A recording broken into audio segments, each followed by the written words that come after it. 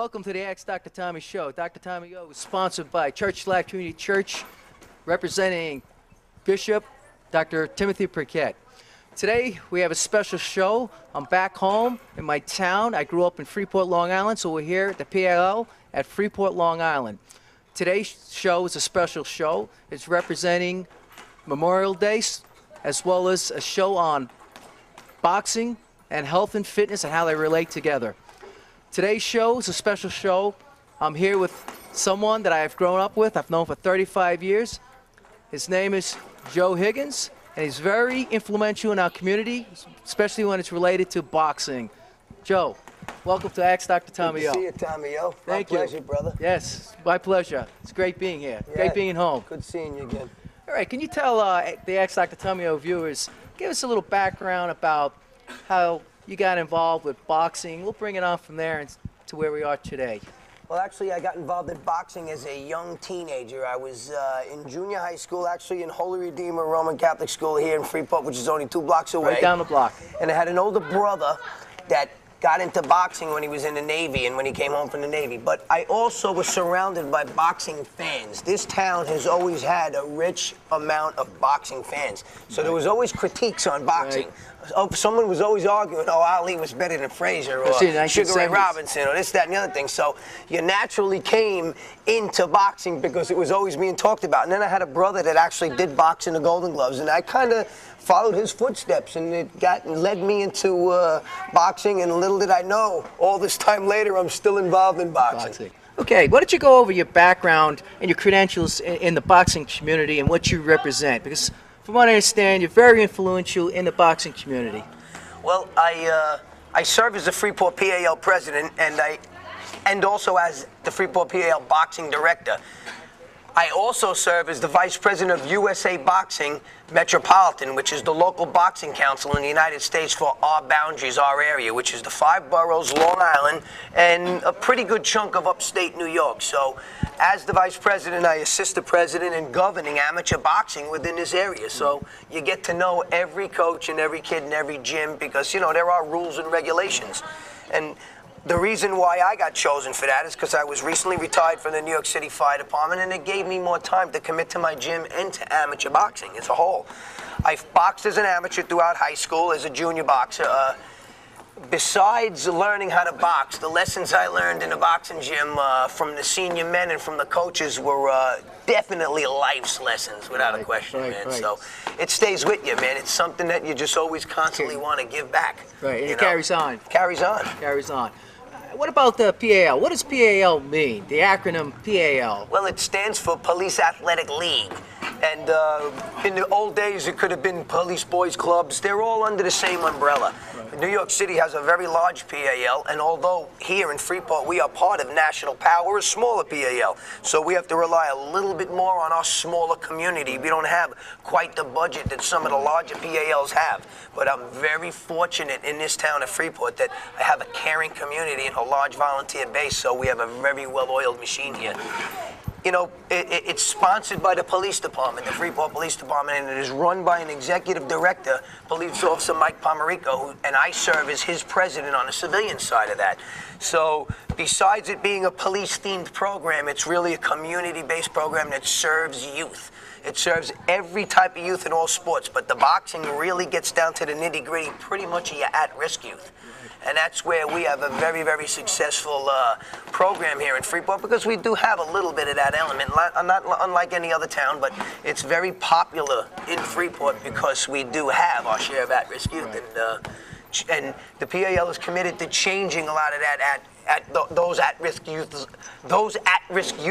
lives. Right. Because a lot of them are going in the wrong direction. Some of them are either just failing in school, some of them are in gangs, some of them have maybe been locked up. We have relationships with the probation department. We have relationships with the district attorney's office, Dennis Dillon. We're part of his Rising Star program. So, I mean, we take care of every kid. We got the kids that come in here to get picked on. They don't get picked on anymore. Right. They have to bring in their report cards every 3 months. I mean, we teach them diet, we teach them regimentation. It is a very ground-up, slow sport. So, it's a grassroots sport like nobody's business. And there's so many things that we get involved in the fabric of these kids' lives that we know we're making a difference. Because I know what kind of difference it made when I was a kid. Sure. And it's a tremendous Takes you off the street. You're not allowed to hang out in the corners. Yeah, you better believe it, man. Well, this is something you were talking about, high risk, because that's what Ask Dr. Tommy O show is all about. High risk individuals, making individuals in our community educated. And this particular topic today is educating you on health and fitness through boxing. But the Ask Dr. Tommy O show is doing the same thing, but in health, trying to reduce risks by educating and enriching our community through health education. And here we're educating our community on boxing. And now we want to see how one would get involved with boxing. If someone, let's say I'm a parent outside in our community and they're watching this show, what's the first step that they should do to get involved? How either they get involved as an adult or as a big brother, or if they had a child, what would they do to get involved? Well, some of the things you can do is find out where boxing is offered. I mean, we do have websites that you can go on and find out where there are registered boxing gyms within your community. USABoxingMetro.com is our website, and we do have a registration of every gym. Right. Here in Long Island, you can look up your PAL. You can find out if they have a boxing program to offer, because most of the boxing programs kind of act within unison of each other. Some may be a little more strict than others, but they all promote the same things. Besides getting the kids off the street and besides teaching them virtues and values in life, we have to teach them how to eat right. We have to teach them the foods that are bad for them and how they can lose the weight and how the proteins build the muscle strength and how the carbohydrates give you energy and how the hydration and the fiber are all so important, because this is a demanding sport like no other. For you to be able to continue the boxing workout and achieve what you want to achieve in a boxing ring, you have to do all those other things. Yes. You have to do all of those things that maybe mom and dad can't get you to do, but the boxing coach can. You know what I mean? And, you know, along with the discipline, we find also that kids will come in here that might not have a lot of structure or might just have a little discipline. And when they learn how we structure and regiment our program, you find they thrive on it. They want more of it. They want more of it. And once you can get a kid in a disciplined, regimented nature, then you can absolutely teach them the diet. And you know, and when they see results of the cardiovascular work and when they build up their immune systems and their lungs and their legs, they can actually see the difference. And that's when you get them hooked, man. That's it. That's when you know they're saying, hey, coach, I didn't eat McDonald's this weekend, man. You know what I mean? I had all the good lean stuff. That's and, right. you know, I took my vitamins. And, you know, you absolutely are changing their habits, not just training, but eating right. Laying off of the garbage. Don't go near alcohol. You know what I mean? This is bad for you. You know, there's just so many things that this branches out into. And it really does make for a healthier youngster. And they become good examples for the newer youngsters that come in here. And, you know, we've changed adult lives also. So it's, you know, it doesn't stop there. Boxing can have a misconception. Oh, it's so brutal. It's so brutal. Well, in the amateur boxing world where we are, we try to teach competition.